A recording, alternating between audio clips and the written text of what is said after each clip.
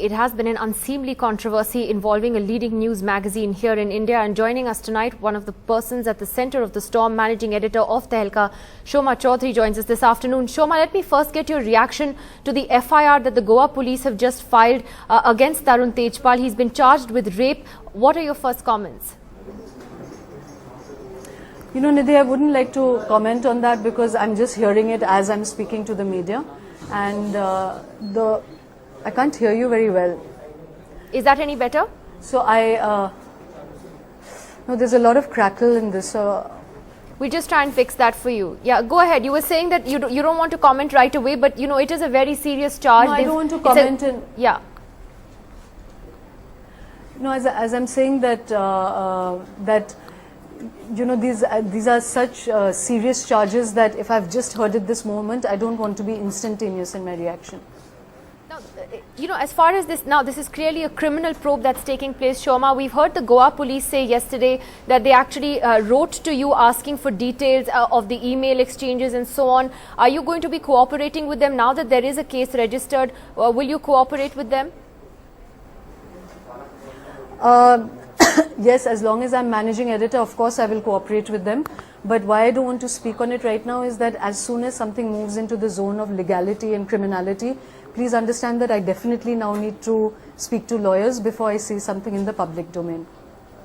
Shoma, let's just now look back at what has happened over the last couple of days. It's been a very difficult time for you, and you yourself have come under strong criticism, firstly, for your response to this entire episode. Your own statement on the first day, which was issued, in fact, to NDTV that night, where you said it was an internal matter, that the journalist concerned was satisfied with the action that had been taken. The biggest criticism against you is that this looked like a complete cover-up by Tehelka, and that as someone who's championed women's rights so vociferously all these years, you seem to be doing the complete opposite in this case. Nidhi, for one, I'm sorry because I can't seem to hear you very clearly. I heard the word internal matter.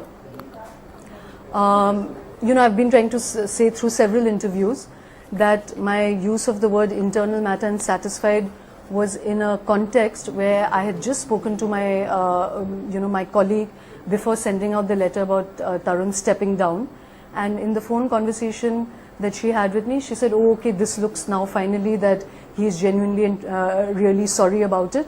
And she said, "Yeah, I mean, you know, I'm not being driven by a sense of vengeance. What I want is justice, and I want to heal." And so she seemed like that, you know, this was this was a step that was acceptable and fine with her. These things leaked so fast, Nidhi, like literally in 2 minutes, that I didn't get a chance to compose my thoughts, interact with the public world. I immediately got very, very intrusive calls. Well, intrusive is the wrong word. Like barrage of calls with people immediately asking me that, "Aren't you going to go to the police?" And I did not understand at that point that her devastating account to me was already in the public domain. So I thought, just based on, because they told me your letters have been leaked, so based on his Tarun's letter and mine, I could not understand why they were saying, "Haven't you gone to the police? What did he do to her?" And because it was, and who is this person? You know, those were the questions being asked. And that's why I said, I don't see how you can ask me these. It was in fact Indian Express. And I said, I don't see how you should be asking me these questions because it's an internal matter. And the journalist in question is satisfied with what's happened, and his stepping down it sounds a is little in the bit highest like standard. It sounds a little bit like you were shocked more with the fact that all of this leaked out, and that all of this would have in a sense been covered up if it hadn't got onto social media and Twitter that night. That's a little bit how it sounds like. You acted in horror and shock because it leaked.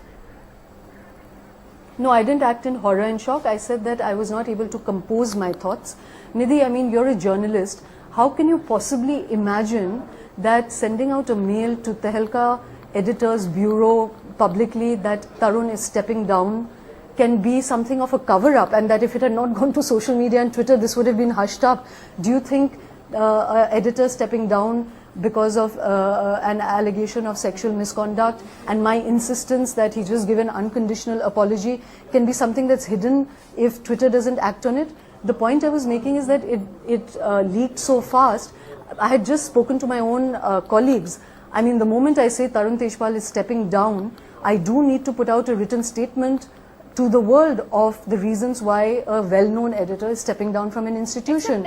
So I'm really not understanding this repeated question of how this is a cover-up. He has not stepped down, and that's been the other criticism, is how Tehelka can decide his punishment, how he can decide his own punishment. His letter seemed to be very sanctimonious, that I'm atoning, and you know, this is an awful misreading of the situation, which kind of leaves open a question mark as to what happened on the other side. He calls it a bad lapse of judgment. It doesn't really look like an unconditional apology, A, and B, as the criticism has been, that he's not someone who can decide his own punishment. This was far more serious, and stepping aside for 6 months at your own convenience, it just doesn't cut it.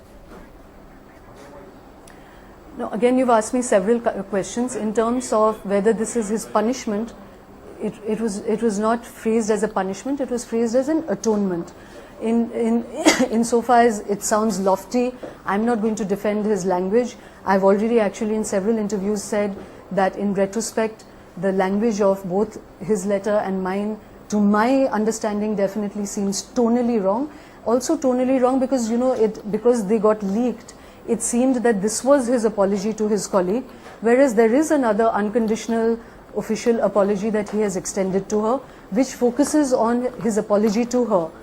I think my assessment of the mistake of my own tonality is that I misjudged for a moment that this, you know, I was very focused on dealing with her, so I misjudged that this is the first time that I am interacting publicly with the institution and with the world, and I should recount what actions I've been taking, you know, how devastating this has been. I definitely misjudged that, and my understanding of my colleagues' disappointment in my actions, I think, stems from the tonality of those letters, especially that it got leaked outside of, you know, the other apology and my explanation of how devastating all of this has been. What does it mean for him to atone for his actions? And I ask that because you know, you yourself, as I said, have always, you know, vociferously stood up for women, for women's rights, and you know, ironically for victims of attempted rape, molestation, and so on, harassment. You tweeted actually when Ranjit Sinha, the CBI director, made that absurd comment about lying back and enjoying rape, saying that he should step down for saying that. So why shouldn't Tarun Tejpal step down, resign? Forget recusing himself; it's not his choice. Why shouldn't he resign over this and have a case pursued against him? Is the point? You know, I mean, I can understand, as I said, that there was a differing version in terms of him. You know, definitely the better option would have been to resign and leave forever.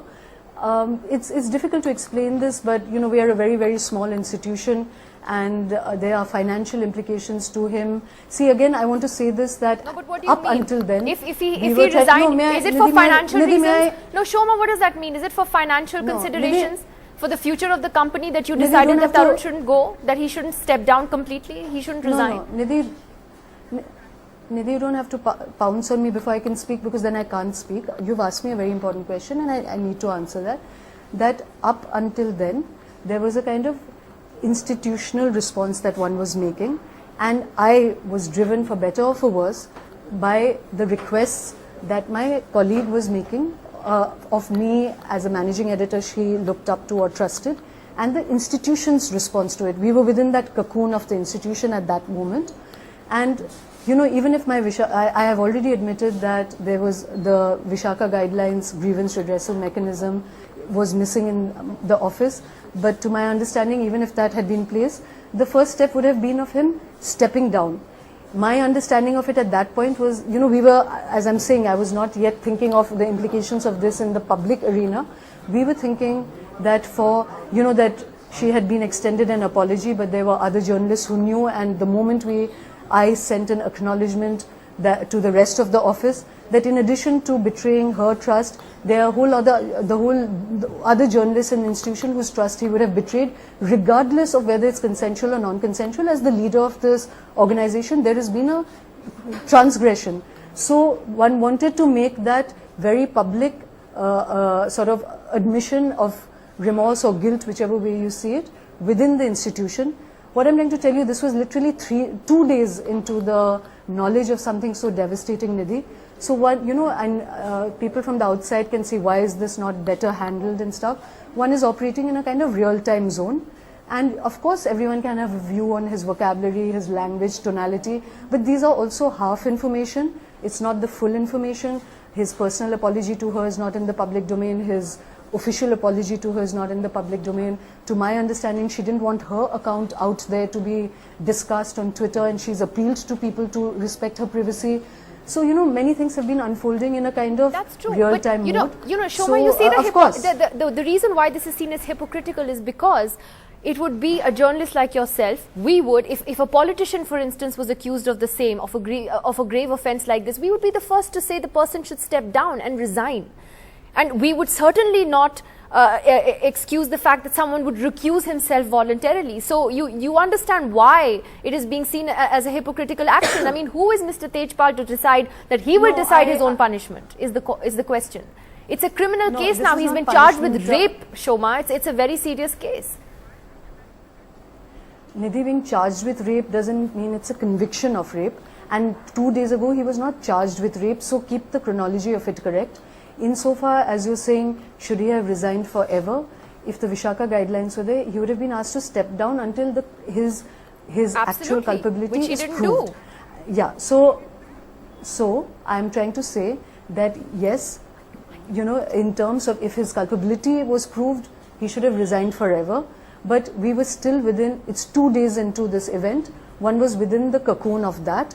I think him stepping down voluntarily for me is not a problem, because my politics says that if someone in public life makes a mistake or has any transgression, it's better they step down voluntarily than that they are hounded out. So for me personally, if you ask me, the fact that he was stepping down voluntarily is not a problem.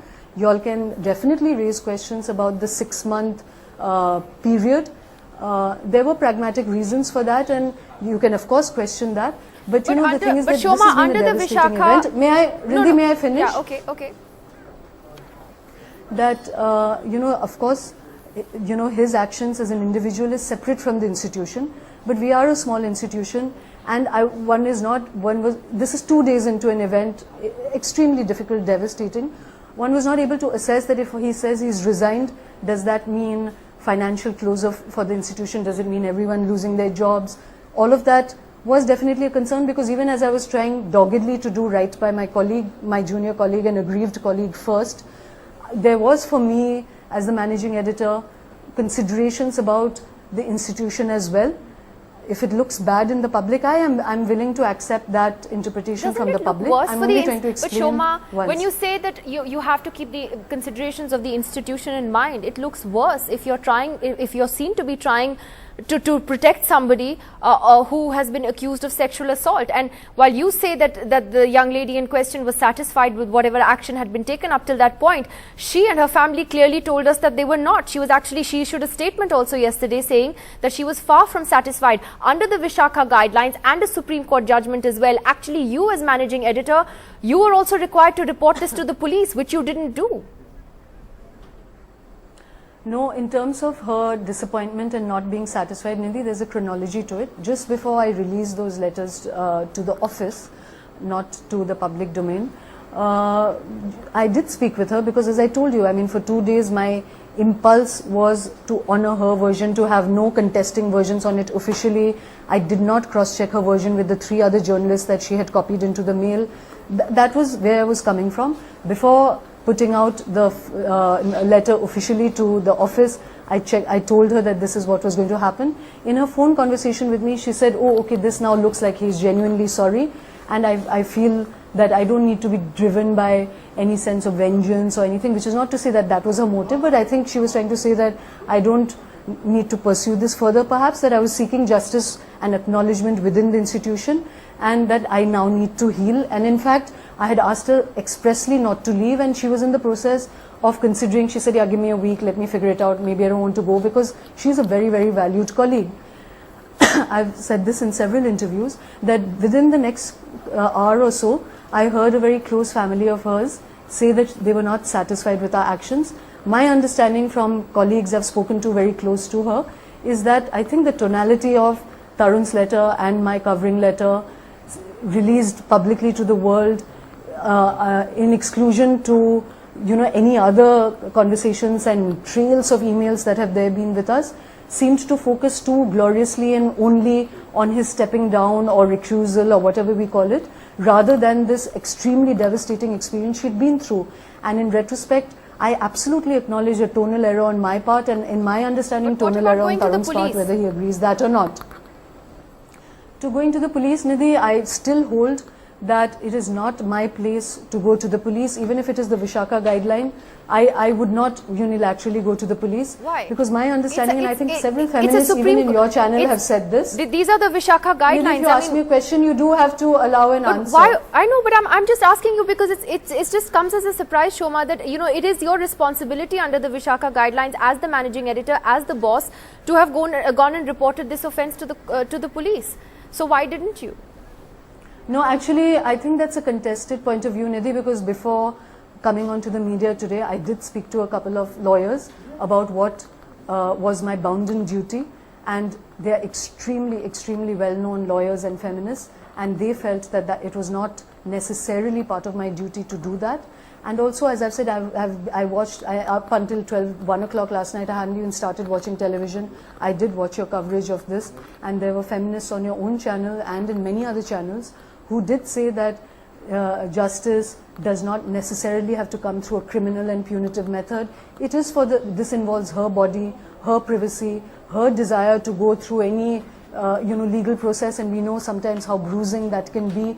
It is really her prerogative.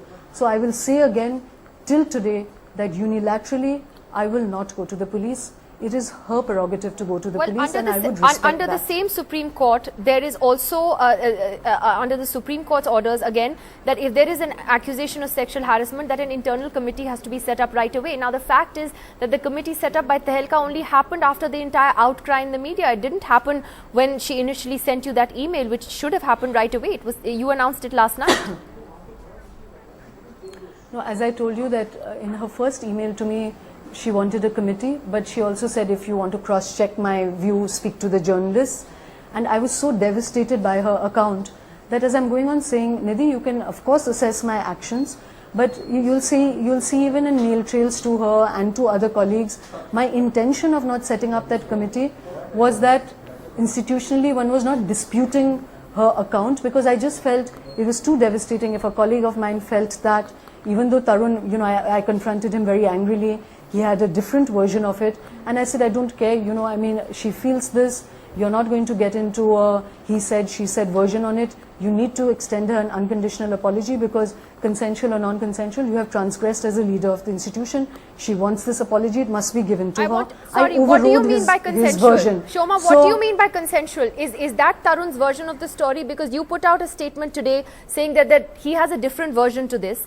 What is that version? Is it that he claims that it was a consensual act? Since you brought up that word.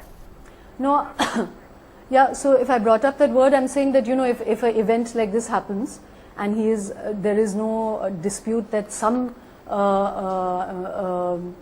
forgive me for looking for words, because right now every word I'm using is being looked at with such a magnifying glass. So some sexual encounter, event, untoward, grievous, rapacious, consensual, certainly something happened between them. Both of them are not denying that. But I would imagine that if there are two versions on something that neither is denying did happen, one would be is consensual, one would be is non-consensual. I really, Nidhi, do not want to speak on his version publicly. I feel all this while I was not speaking of it institutionally. Now that only her account, which to my knowledge also she didn't want leaked, but it's part of global discourse right now. And I'm still not, please understand, I'm still not willing to speak of his version publicly, because I think it needs to be said, his right now to say it in front of the committee. But then why isn't Tarun Tejpal speaking? He's issued a statement just now that he's going to cooperate with the police after this FIR has been registered against him. But why isn't Tarun Tejpal on television today explaining what happened? Because you're doing this firefighting. Where is he? No, because Nidhi, again, I'm saying certainly it's part of my politics, and that is why I insisted with him that I didn't care about his version, is that insofar as a public discourse goes, I think it would be extremely demeaning for both him and her, even before they have spoken to a committee, to be on national media, party to everyone's assessments and going with a tu me, he said, she said, this one's dirt, that one's dirt. I think that's not part of our politics, When I say our, I mean mine. I would hope the institutions, to my knowledge Tarun's, And I think generally, because we know what the media can do to a kind of very, very difficult conversation like this. But are you saying, Shoma, Again, that his version is all very... trying to... Nidhi, may I just finish? Yeah, no, I'm just saying that, you know, when you say his version is different, fine. I respect the fact that there is a committee now that's going to look at this. But is it very different from the girl's version? I mean, can you at least tell us that? Does it change the perspective on the story? I'm not going to say that, Nidhi. When I say I'm not going to talk... When I say I'm not going to talk what was he unconditionally apologizing for? As per your statement and as per the emails that have come, what was his unconditional apology for then? If he hadn't done anything wrong, or if there was a different version, why was that version overlooked by you then? Because then it makes it sound like he didn't exactly want to apologize for this and you made him do it. No, so I am going on telling you that what is leaked right now to the media, Nidhi, is his stepping down letter. He extended an unconditional apology to her, which is not in the public domain. Again, I'm not going to put words to it, but it is an unconditional apology to her. With that letter was an apology to her.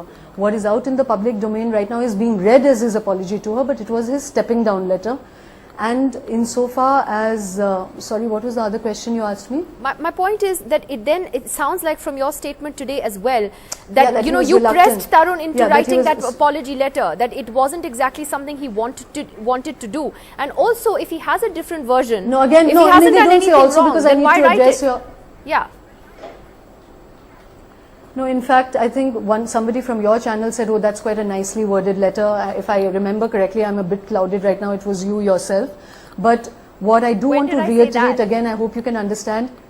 No, as I'm saying, I'm a bit clouded. But the thing is that the letter that you're saying is his letter of apology, is his letter of recusal or stepping down or whatever it is you want to call it.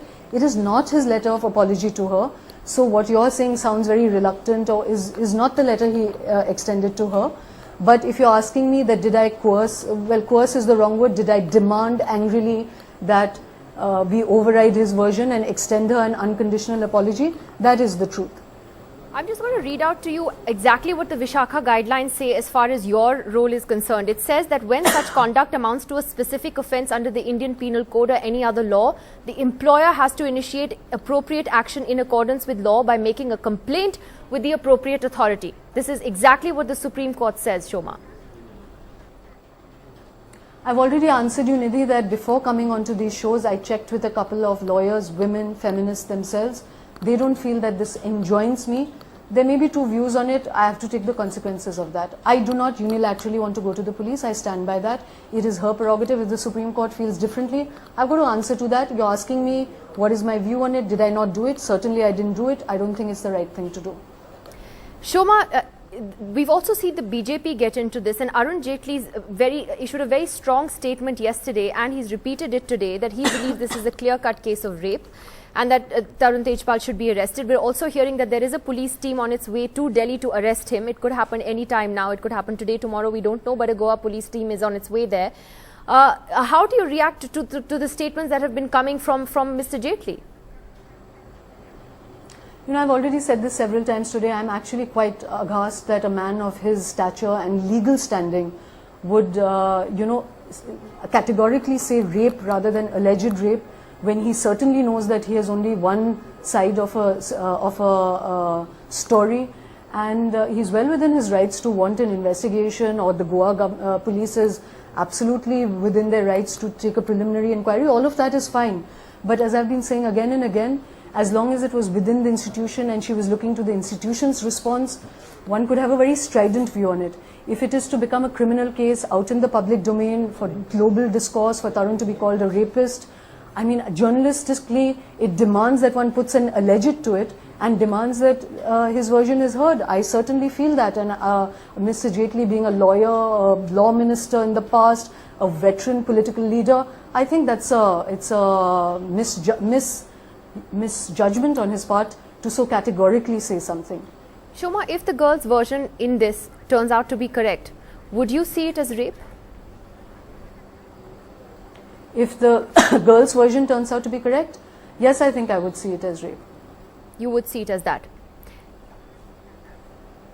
Okay, because, you know... If it is proved criminally and legally, yes, I would see it as rape. You know, I go back, before we wrap this up... attempt to rape for certain. Okay, rape or attempt to rape for certain. Okay, at least you're being honest about that, because I do remember when I first spoke to you that night, the sense that one got from the emails that Tarun had written to the office and that you had forwarded as well with your email, honestly, many of us didn't realize what had really happened or what had allegedly happened. You know, the import of this hadn't dawned on us, because you didn't even confirm. May I just say something? You didn't confirm that this was a case of harassment. At that time, you felt that was the right call to take. But when the details came out, you know, I think that, Shoma, is when you hear the girl's version of it, that is what has angered and disturbed people. Even though it was not something like you said that she wanted out there, but it is out there, and that's what has upset people. I'm sure you understand that.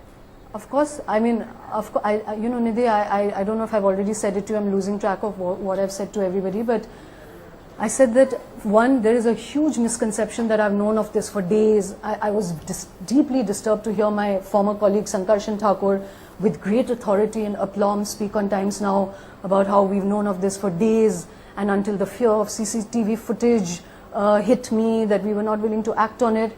I actually want to question where he got his facts from as a very, very senior journalist. The truth of the matter is that I knew about this on Monday.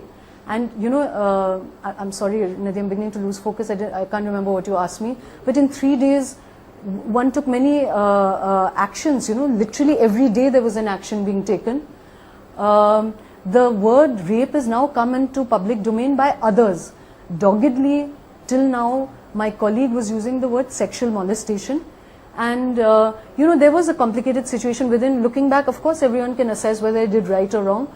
But maybe there was a reluctance in Tarun's letter to, use the word sexual harassment, because somewhere deep inside he was feeling that, hey, I have another version on this.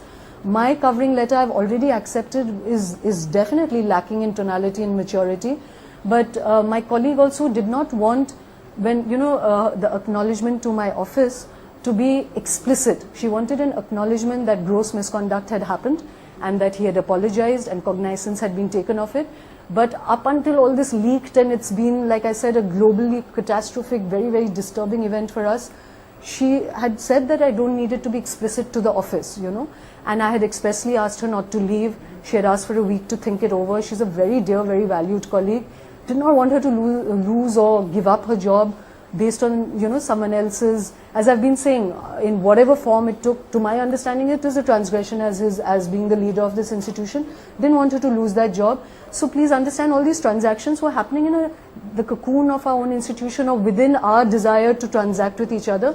It was not at this level that people are reading it now, based on her requests to me. And I would again like to reiterate that, people have been saying I didn't stand by my values, my principles. I would beg to differ. I'm open to other people's interpretation of it. But I was so devastated by her account that for 2-3 days, until I read that she was disappointed in me, you will see, if ever my mails to her come out or my conversations with colleagues come out, my sole aim was to address her sense of extremely grievous injury. And that's why I prohibited Tarun from getting into what would have, even within the institution, got into a he said, she said, all of that sort of zone. And I did not question. She had copied 3 other journalists into the mail. I did not even cross-check her version with them. That to me is my allegiance to her, as I'm saying, I'm beginning to choose my words carefully now, because now it's entered the zone of criminality and legality. We were operating in a different level 2 days ago. Shoma, finally, hasn't this hurt Tehelka very badly? That's something that came out repeatedly in Tarun's mail as well. But, you've worked hard for this institution over the years. Tarun Tejpal has been sort of the movement behind Tehelka. You've been the other face of this magazine, and today both of you are very, very hurt in this entire episode and at the center of a terrible scandal. Has this hurt the magazine and Tehelka and its future? I can't control other people's interpretation of something. Are you asking me that the scandal is devastating, bad for the institution? Of course it is. But to my reading, Tehelka's work, Tehelka's other journalists, Tehelka as an institution, they are not party to a transgression. So I don't see how this should hurt our work or our voice or our body of thing. Insofar as you're asking me about my credibility, my actions, the reason why it has been so one-sided, why everyone has a view on it, is that, Nidhi, for almost a day and a half now, I have not joined the media conversation. in any substantial way, except those, little tidbits I spoke on the first day. And all of yesterday, believe me, I have flooded, and it was driving me crazy to have to make this choice that the New Yorker is going to write about it, BBC is writing about it, every Indian media, every print, in every language is writing about it. And because right now I'm the only person who can deal with this, I have to prioritize what I'm doing. And I know devastating accounts are going out about me, about my institution, about, because her letter, which she also did not want leaked, is out. Everybody's calling Tarun a rapist without now any, all this while I did not want his different version. But of course, if he's called a rapist, he's well within his rights to put out his version of things. I know all of this is happening, but she has written me a letter saying, I'm deeply disappointed in you as a mentor and your actions. I had to prioritize, Nidhi, and please understand, it has been the most hurtful thing for me to first address the office and then focus on getting this committee into place and letting the story run away without, joining the conversation till today when I have some kind of respite to do it. And yesterday also when journalists asked, I kept saying, please give me the time to act correctly. Please, these are leaks. They are not the official version. They are not the entire version. Give me the chance to act correctly. But Shoma, I have to ask that you extent, this it's been devastating. Is there a danger here? Is there a danger here? My point is, if Tarun Tejpal, like you said, if the girl's version of this, then it turns out to be correct, yes, you yourself would believe it is at the very least attempt to rape, if not rape. My point is, then, if he really believed he hadn't done anything wrong from day one, then why get into this issue of an unconditional apology and any acceptance? And now when belatedly the issue has blown up the way that it is, that the girl's version now is being contested, it sounds like a classic case of questioning the victim and maligning the victim. There's a danger here Nidhi, in that. this is, Nidhi, you cannot, as much as one stands by women's issues, women's rights, you cannot unilaterally deny somebody else to have a version, to have a right to have his say, to have a voice. Within the institution, I denied him that right only because within the institution, as long as it was not criminal, she didn't accuse him of rape, she said sexual molestation. And within the institution, to challenge an account of sexual molestation is to go down the route of challenging her, what is the word? The lead up to a situation, what was said, her character, is it consensual, not consensual, he said, she said, what was her responses, how did she behave the next few days. Within the institution, I didn't want that dirt, because it was not in the level of criminality and legality at that point. I did not want her character or versions put up for this kind of discussion within the office. In that limited sense, that was my politics. Now that he's accused globally of rape, and as I'm saying again, I'm really disappointed that people are not even saying alleged rape, knowing that there's only one version out. I do believe he has a right to speak up very, very strongly in his own defense. Well, the girl in question has said that only one version was put out there. That in fact, in her statement to us, she says that why wasn't her version then circulated to the entire office as well? I think she was ready to share that. Well, in any case, see, Nidhi, the intention was not to put out anything. I did not put out those letters. Someone in my institution leaked it. It was not I who leaked her account. None of this. His stepping down, certainly some admission that there was a great degree of misdemeanor on his part was going to become a public knowledge, But it was not her letters to me, her words to you all on television up until now was not attempt to rape, So do see it in chronology. All right, Shoma Chaudhury. The saddest thing, maybe just one other yeah. thing. The saddest thing for me now is to at all be set in opposition to her, because yes, my allegiance is to the truth. If there's a criminal case, so far my greater allegiance was to her. But if it's a criminal case, I absolutely feel that both sides should have their right to have their say to the committee, and then the conclusion must come to it. But it's very sad if today I'm seen in any opposition to her, because I'm proud she spoke up, and my desire is not to be in opposition to her. But if it's a criminal case, I have equal allegiance to both sides.